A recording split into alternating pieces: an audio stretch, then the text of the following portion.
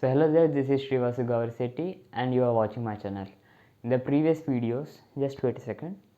If you haven't checked any kind of playlist till date, first of all subscribe the channel and do check out all the playlists when you are free and when you require them, right?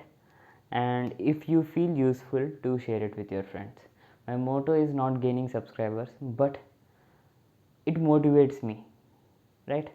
How many people have subscribed so I can make more videos like that. So this is a new series on compiler design and how we are gonna learn the compiler design in a systematic way. Every subject is in a systematic way itself, right?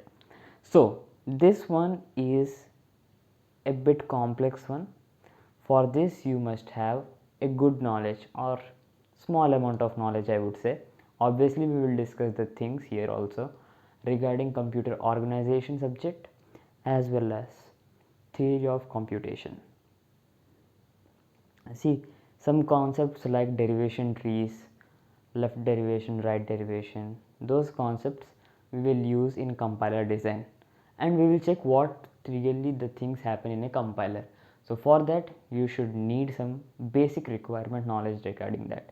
Obviously, if not, do mention here in the comment section. I will make a specialized videos on theory of computation as well as computer organization, right? So let's get started. This is just a basic video. After this video we are gonna continue with our concepts. So in this video we will know what a compiler is. Before going to that, learning compiler design: what, how and why. These are the three questions that I ask myself before starting any subject. This gives a clear idea in your mind that what you are doing, what you are going to do, and what are the accomplishments that you are going to get after completing it, right? For that, understand these three questions. Everything would be clear in mind. Okay? So, why we should learn it? What is the reason? First of all, to prepare, if you are preparing for any competitive examinations, it is very much useful, as well as to understand and remove, or for debugging anything, you should check both ends of a coin, right? Pros and cons. It's not that just you write the source code and your program executes and you are happy.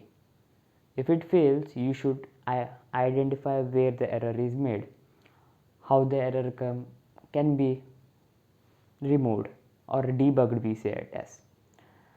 It gives really that basic idea, and you will know when we really deep dive in the topics and understand each topic in a conceptual way. Don't by heart anything, because one thing I want to say is that these subjects, everything has been coming from years, and the basic thing is that they're already existing. We are just understanding the theoretical part.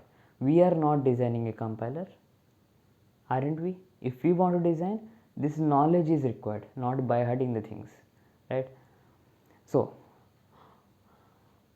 why? You got the answer. What? Now this is another good question. What we will do?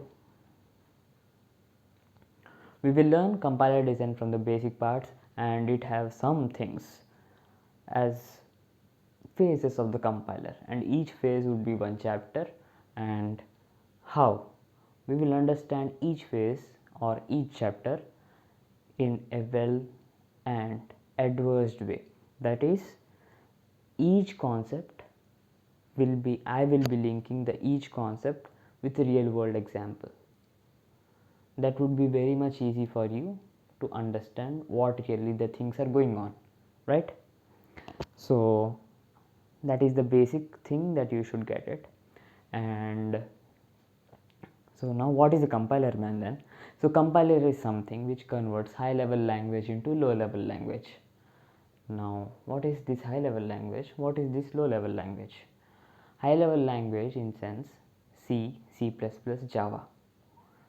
See, programming languages can be compiler based as well as interpreter based. or some other thing, but these both are majorly used nowadays, compiler based as well as interpreter based. So compiler based are languages are called high level languages. Okay, so these languages are C, C++, Java. If you have observed any time in your BTech first year or somewhere before the BTech or engineering, if you have learned C language somewhere, it's not directly that you type the code it will run. No, you need an environment. For that you need a compiler also to run. So if there is no compiler, there is no mean of writing the code, because compiler is only responsible for compilation of the code. We see the process of compiling the code into machine code as compilation, right? So compilers, like we are having numerous of compilers. For C we are having Turbo C2 as one of the compiler, yes, and for C++ we are having GCC, and for Java we are having Java compiler, right? So these compilers are responsible for our execution of code, you can say, because they are compiling the source code that we are writing, the code we write. For example, for sum of two numbers we write the things, right? The thing, how it is going on background, how it is running, all the things we are going to learn in compiler design.